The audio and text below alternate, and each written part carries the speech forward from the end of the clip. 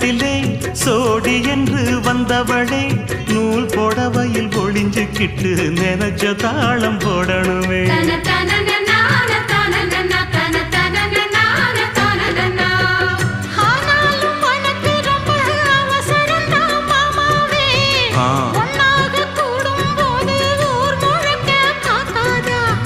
பார்த்தாலும் தவறு இல்ல பனியுறங்கும் ரோசாவே உன்னால சொத்த வச்ச மூக்குலதான் வைக்காதா.